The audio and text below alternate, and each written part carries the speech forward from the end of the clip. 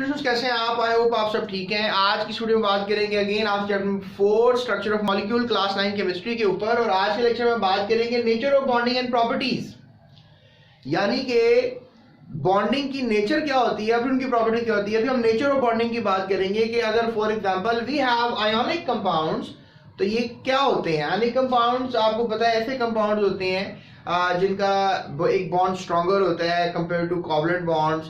तो यहाँ पर मैंने कुछ पॉइंट्स लिखे हैं कि ये हमेशा नेगेटिव एंड पॉजिटिव चार्जेस की बुनियाद पर आपस में जुड़ते हैं। जैसे मैंने आपको एक तस्वीर बनाकर दिखाई है, ये तस्वीर जो है एक क्रिस्टल लैटिस की तस्वीर है।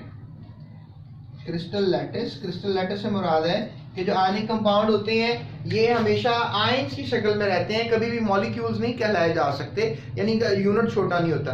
मैंने एक आपको यूनिट छोटा सा निकाल कर दिखाया है, तो मैंने मतलब ये कोशिश की कि मैं छोटा सा यूनिट निकाल कर आपको सिंपलीफाई कर दूं। That could be the formula of sodium chloride. इसमें ये आपको जो नजर आ रहा है that is positively charge sodium, और ये सारे पॉजिटिवली चार्ज सोडियम है। तो साइंसदानों का मानना है कि अगर एक सोडियम एटम है तो उसको 6 क्लोरीन एटम्स ने जो है वो जो है ऑक्यूपाई किया हुआ है। जस्ट लाइक कि अगर आप खड़े हुए तो इधर से, ऊपर से, नीचे से, सामने से, पीछे से, डेफिनेटली 6 हो जाएंगे टोटल। तो दैट इज हाउ एक सोडियम को 6 क्लोरीन ने ऑक्यूपाई किया हुआ है। इसी तरह साइंसदानों का ये भी मानना है कि एक क्लोरीन को जो है टोटल 6 सोडियम ने ऑक्यूपाई किया हुआ है, यानी कि दोनों की सिमेट्री कुछ है। तो फिर उनका एक क्रिस्टल की फॉर्म में वो रहते हैं, यानी बहुत से एटम्स जो हैं दे लिव टुगेदर और वो क्रिस्टल की शक्ल में रहते हैं। उस क्रिस्टल को हम क्रिस्टल लैटिस कहते हैं। ये मैंने आपको बनाया, ये सिंपल सा करके बनाया, आपकी बुक में काफी टफ बना हुआ था, तो मैंने सोचा कुछ सिंपल सा मैं आपको बना दूं ताकि आप अपनी टेस्ट के दौरान इसको बना सकें। तो पॉजिटिव नेगेटिव चार्ज जो है आयंस आपस में हेल्ड है, ये सॉलिड फॉर्म में होते हैं। याद रखो आयनिक कंपाउंड अमूमन आपको सॉलिड फॉर्म में ही मिलेंगे, या पानी में डाल देते हैं उनको तो फिर ये आयंस अलग हो जाते हैं और ये मिक्स हो जाते हैं। मतलब जैसे नमक पानी में डाला हो कभी आपने, तो नमक की छोटे छोटे से दाने होते हैं, तो वो जो है कह लो कि छोटे छोटे से दाने पानी में जाने के बाद क्या हो जाते हैं, मिक्स हो जाते हैं। तो स्टूडेंट्स मैं आपसे कह रहा हूँ ये चारों लेक्चर में कि ये हमारे पास जो है सोडियम क्लोराइड का लैटिस है। अब इसमें सोडियम और क्लोरीन जो है, लेट्स से दैट कि जो सोडियम है ये पॉजिटिवली चार्ज स्पीशी है, क्लोरीन नेगेटिवली चार्ज स्पीशी है, और यहाँ पर सब नेगेटिवली चार्ज स्पीशी है, यहाँ पर सब पॉजिटिवली चार्ज स्पीशी है। तो आप कह लो कि ये एक घेराव है पॉजिटिव नेगेटिव चार्जेस का। और आपको इस बात का पता है कि इनको हम इलेक्ट्रोस्टैटिक फोर्सेस ऑफ अट्रैक्शन कहते हैं, जो नेगेटिव पॉजिटिव चार्जेस से पैदा होने वाली ताकतें होती हैं। इलेक्ट्रोस्टैटिक, स्टैटिक मीन रुकी हुई, चार्ज की वजह से, इलेक्ट्रो मीन इलेक्ट्रॉन्स, उस चार्ज की वजह से रुकी हुई ताकतें हैं electrostatic forces of attractions, right. तो आई होप आपको ये भी पता लग गया होगा कि इनमें strong electrostatic forces of attraction होती हैं between the sodium and chlorine. Sodium chloride को एग्जाम्पल के तौर पे ले रहे हैं स्टूडेंट्स। आयनिक कंपाउंड जो है वो सोडियम क्लोराइड होता है, ठीक है, जो कि आपने अभी पढ़ा है इस चैप्टर में। इसके अलावा मैग्नीशियम क्लोराइड हो गया, ठीक है, कैल्शियम क्लोराइड हो गया, इसके अलावा कैल्शियम कार्बोनेट हो गया। आई डोंट नो, मैं तो लिखना शुरू करूंगा तो they are so many in number. Silicon dioxide आपने पढ़ा हुआ है। ये सब जो है आयोनिक इन नेचर हैं, they exist in the form of crystals. अच्छा, आयनिक कंपाउंड्स में मेटल्स और नॉन मेटल्स होते हैं, ये भी मैं आपको बताना चाहूंगा, क्योंकि हमेशा आप देखो ये मेटल है, हमारे पास सोडियम मेटल है, मैग्नीशियम मेटल है, कैल्शियम जो है वो मेटल है। सो मेटल्स हैं और इनका एसोसिएशन हमेशा नॉन मेटल्स के साथ होता है। आपको नजर आ रहा है ये सब जो है नॉन मेटल्स हैं। ऑक्सीजन ये सेमी मेटल है, सिलिकॉन, और ऑक्सीजन फिर नॉन मेटल है। तो यहाँ से हमें ये बातें सारी क्लियर हो रही हैं, राइट। अब हम चलते हैं कुछ खसूसियात की तरफ, राइट। खसूसियात क्या होती हैं, मतलब आयनिक कंपाउंड की क्या खासियत होती है। वैसे छोटी सी बात मैं आपसे शेयर कर देता हूँ लिखने से पहले, इनका मेल्टिंग बॉइलिंग पॉइंट बड़ा स्ट्रांग होता है, right. So they have a very strong melting and boiling points. तो इसके ऊपर हम बात करते हैं। मैं सारी प्रॉपर्टीज लिख लूँ पहले, फिर मैं आपको समझा देता हूँ। तो स्टूडेंट्स अब प्रॉपर्टीज की बात करें तो एक बात शेयर कर दी मैंने आपसे कि ये हमेशा क्रिस्टल्स की शक्ल में रहते हैं, right. They exist in a crystal kind of form. अभी मैंने आपको क्रिस्टल बना के दिखाया था, देखें कैसे बनाते हैं, बड़ा आसान होता है इसको बनाना। So look at that, that is the way to make it out, right. दो डब्बे बनाए उनको सीधा कर दें. So that is the way to make the crystal. Art work बड़ा आसान होता है, लेकिन जिसका हाथ चलता होता है वही आपको लगता है कि बड़ा आर्टिस्ट बनता है, राइट. हालांकि कोई मैजिक नहीं होता, इट्स वेरी इजी, सीखने की बात है ना. सो ये क्रिस्टल है, राइट. ये मैंने क्रिस्टल बनाया है, तो ये क्रिस्टलाइन फॉर्म में होते हैं, right. They are in the form of crystal. Crystals क्या होती हैं? When atoms are arranged, when atoms are arranged, यानी कि एटम जो है वो अरेंज होते हैं, या कह लें हाईली पैक्ड, यानी इनकी पैकिंग बड़ी फिट किस्म की होती है. और याद रखो क्रिस्टल का स्ट्रक्चर, ठीक है, ये आपको स्ट्रक्चर नजर आ रहा है, स्क्वायर टाइप स्ट्रक्चर है. ये क्या है? क्रिस्टल का स्ट्रक्चर किसी भी आयनिक कंपाउंड की पहचान होता है. यानी आप क्रिस्टल के स्ट्रक्चर को देखकर आयनिक कंपाउंड को क्लासिफाई कर सकते हैं. अगर ये स्ट्रक्चर होगा तो ये वाला आयनिक कंपाउंड है, ये स्ट्रक्चर होगा तो ये वाला आयनिक कंपाउंड है, ये स्ट्रक्चर होगा तो ये वाला आयनिक कंपाउंड है. यानी कि स्ट्रक्चर को आप स्टडी करके बता सकते हो कि ये कौन सा आयनिक कंपाउंड है. तो that is a very nice kind of information जो क्रिस्टल्स देते हैं, राइट. जैसे आपको डायमंड का क्रिस्टल पता है, वो आयनिक कंपाउंड तो नहीं होता डायमंड, लेकिन यह है कि वो भी क्रिस्टल होता है. और इसके अलावा क्रिस्टल्स आपको बहुत से डिफरेंट किस्म के पत्थर होते हैं, उनको आप उनकी शेप्स होती हैं, आप जब उसको हथौड़ी मारते हो तो एक चट्टान टूटती है तो एक खास शेप में टूटती है. सॉरी, सार्स के क्रिस्टल होते हैं. किसके? या एग्जैक्टली. आपने कभी ख्योड़ा माइंस जाए, आप ख्योड़ा माइंस जब अगर आप जाएंगे तो आपको पता लगेगा वहां पे क्रिस्टल पैलेस बनाया है. वहां पे मतलब बहुत से डिफरेंट सॉर्ट्स हैं जो गिर रहे हैं, और जब वो लाइट चलती है तो वो ऐसे डायमंड्स की तरह शाइन करते हैं जैसे पता नहीं हम किसी आई डोंट नो, शायद हम किसी हीरो की वादी में आ गए हैं. That is kind of sensation is being. Khewra mine जाइएगा, विजिट कीजिएगा, it's a very nice place.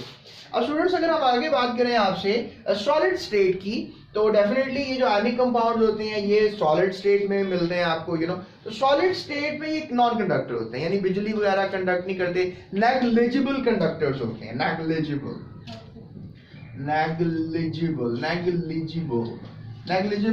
Means के ऐसे कंडक्टर जो कि बस ना होने के बराबर है, यानी they are not that much good conductors.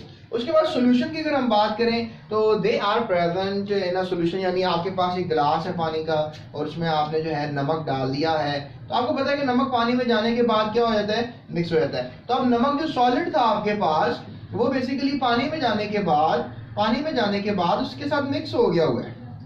तो दोनों मिक्सचर को क्या कहेंगे आप? मिक्सचर क्या कहेंगे? सॉल्यूशन. तो जो है मिक्सचर क्या हो गया हुआ है? सॉल्यूशन हो गया हुआ है. तो सॉल्यूशन की फॉर्म में ये कंडक्टर है. अब साइंसदानों ने सोचा कि यार ये सॉलिड फॉर्म में तो कंडक्टर नहीं है, तो उन्होंने कहा सॉलिड फॉर्म में कंडक्टर इसलिए नहीं क्योंकि आयंस मूव नहीं कर सकते. नो फ्री आयंस मूव नहीं कर सकते आयंस, क्योंकि सॉलिड में धसे हुए हैं, फिक्स हैं. दैट्स वाई मूवमेंट्स नहीं है आयंस की. तो इसलिए इस क्रिस्टल में आपको पता है हर आयन, मैंने जैसे अभी आपसे थोड़ी देर पहले कहा कि एक सोडियम को 6 क्लोरीन ने ऑक्यूपाई किया हुआ है और 1 क्लोरीन को 6 सोडियम ने ऑक्यूपाई किया हुआ है. तो भाई मूवमेंट का तो कोई चांस नहीं है ना आयंस के. तो जब आयंस मूव नहीं कर सकते तो वो नो फ्री आयंस कहलाएंगे. तो दे आर नॉट कंडक्टर्स. यानी बिजली कंडक्ट करने के लिए या तो इलेक्ट्रॉन्स की मूवमेंट्स चाहिए या फिर आयंस की मूवमेंट्स चाहिए. तो ना आयंस की मूवमेंट्स हो रही है ना इलेक्ट्रॉन की मूवमेंट्स हो रही है, तो कंडक्टिविटी किस चीज की होगी? जैसे लकड़ी है, लकड़ी को भी आप अगर स्विच में दे दें इसको, तो आपको इस दूसरी साइड से जो है वो करंट नहीं पड़ेगा, क्योंकि शायद वहां से ना आयंस आए आपको पावर देने के लिए, ना इलेक्ट्रॉन्स आए आपको पावर. लेकिन अगर आप एक रॉड को, तो फिर बड़ा कुछ होगा. तो सॉल्यूशन जो है, अब जस्ट जोकिंग, तो जो सॉल्यूशन है वो एक गुड कंडक्टर होता है, याद रखिएगा, क्योंकि आयंस की फ्री मूवमेंट्स होती हैं, फ्री आयंस होते हैं. और मोल्टन फॉर्म में भी ये सीन हो जाता है. मैं आपको चैप्टर नंबर 7 में फ्यूज सोडियम क्लोराइड की जब मैं बातें करूंगा तो फिर आपको पता लगेगा कि जब नमक पिघलता है तो फिर ये बिजली भी कंडक्ट कर सकता है. याद रखिएगा जब नमक पिघलता है तो बड़ा गर्म होता है, क्योंकि डेफिनेटली उसको काफ़ी हीट मिल चुकी होती है. उसको तो वैसे भी आप टेस्ट नहीं कर सकते, लेकिन फिर भी जब साइंसदानों ने देखा चलो अब तो पिघली हुई फॉर्म में आ गया, मोल्टन फॉर्म में आ गया, अब रॉड लगा के चेक करते हैं कि क्या इसमें बिजली कंडक्ट हो रही है. बिजली कंडक्ट हो रही थी. तो इससे पता लगा कि जब चीज पिघल जाने का क्या मतलब होता है? जब मादे आपस में दूर दूर हो जाए, वाइब्रेशंस तेज हो जाती हैं, तो जब वाइब्रेशंस तेज हो जाए तो फिर आयंस एक जगह से दूसरी जगह जो है वो जा सकते हैं. तो आयंस अगर एक से दूसरी जगह जा सकते हैं तो आप कह सकते हैं कि वो अच्छे कंडक्टर हैं. So these are the 2 points. अब 2 पॉइंट्स की और बात कर लेते हैं.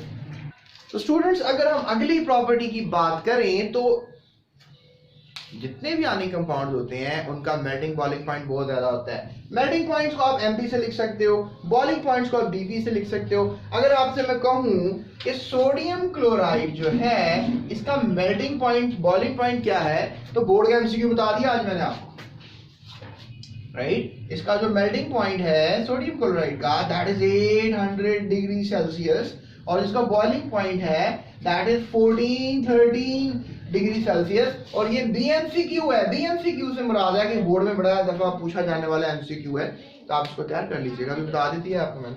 उसके बाद याद रखो कि जो आयंस होते हैं उनके दरमियान अट्रैक्शंस होती हैं, उनको इलेक्ट्रोस्टैटिक फोर्सेस ऑफ अट्रैक्शन कहते हैं, इलेक्ट्रोस्टैटिक फोर्सेस कहते हैं, फोर्सेस ऑफ अट्रैक्शन कहते हैं। तो डेफिनेटली अब जुड़े बड़े मजबूत तरीके से हैं, तो इनको तोड़ना भी जो है आसान नहीं है। So you need some great amount of energy. तो आप कह सकते हो कि जिन कंपाउंड्स के मेल्टिंग बॉइलिंग पॉइंट ज्यादा हैं उनके अंदर हैं ताकतें इतनी मजबूत कि आप उनको अलग नहीं कर सकते। अगर करना है तो फिर 800 डिग्री 1413 डिग्री देनी होगी आप इसको मेल्ट करने के लिए या फिर बॉयल करने के लिए। आपको पता है मेल्ट में क्या होता है, मेल्ट में सॉलिड जो है वो लिक्विड बन जाता है, ये होता है मेल्टिंग पॉइंट। क्लियर?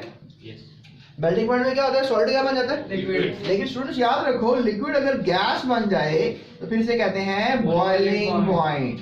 तो अगर आप चाहते हो कि नमक गैस बन जाए तो 1400 डिग्री लगाओ, हो जाएगा ऐसा। यू नो आपको रेडी के ऊपर जो एक पठान होता है whatever the person he is, और वो जो है छल्ली भून रहा होता है और आपको छल्ली भून के देता है नमक के अंदर, दैट मेक्स एन आइडिया कि नमक में छल्ली भूनी जा रही है।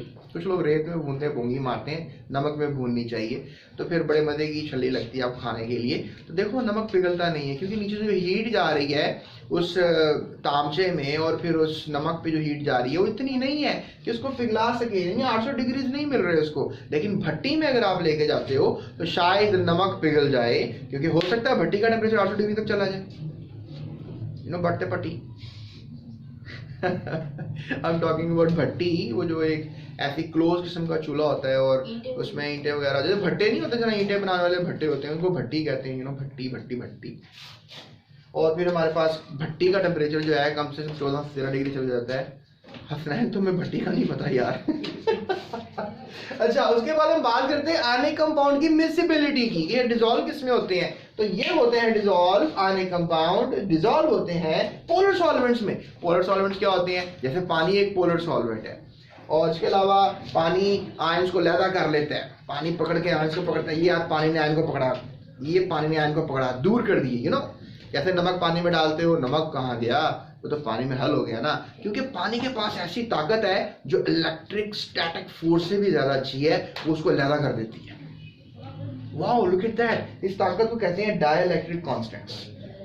तो डाइलेक्ट्रिक कांस्टेंट्स जो होते हैं पानी के ज्यादा है, नमक यानी कि आयनिक कंपाउंड के कम है, जिस वजह से पानी घुमा लेता है आयंस को अपने अंदर और मिक्स कर लेता है। और यही खासियत है कि समंदर का पानी सारा का सारा नमकीन नहीं पी सकते। अगर तुम्हें लगे इतना पानी है कतरा एक पी नहीं सकते, तो क्या बताएं आपको खसूसियत आयनिक कंपाउंड की। तो यही खसूसियत है कि जो प्रॉपर्टी है कि आयनिक कंपाउंड पानी में हाल हो जाते हैं। समुद्रों का पानी भरा बड़ा है नमकियात से, तो इतना सॉल्टी है कि आप उनको उसको पी भी नहीं सकते समंदर के पानी को। वैसे अगर आपका कभी मूड है तो आप कराची जाइएगा या गोवा चले जाइएगा, अगर आप इंडिया से सुन रहे हैं तो वहां पे जाके जरा थोड़ा सा टेस्ट करके देखिएगा, आपको लग पता जाएगा खारा होता है क्या है। सो स्टूडेंट्स सॉरी कमेंट करके बताएं, कमेंट करके बताएं। यस, सो ये था हमारा आज का वीडियो पैगाम, जिसमें बताया आपको आयनिक कंपाउंड क्या होते हैं वंस अगेन, और आपको बताइए properties. Hope so channel subscribe कर लिया होगा। That's it, thank you so much, अपना ख्याल रखिएगा। एक बात और कहूंगा, डिस्क्रिप्शन में सारे नोट्स और क्वेश्चन पेपर्स टीचर्स के लिए बनाए रखे हैं, आप हमारे चैनल को फॉलो करें, इंशाल्लाह आपकी मैक्सिमम हेल्प की जाएगी। So that's it, thank you so much, अपना ख्याल रखिएगा, दूसरों का भी इस चैनल का।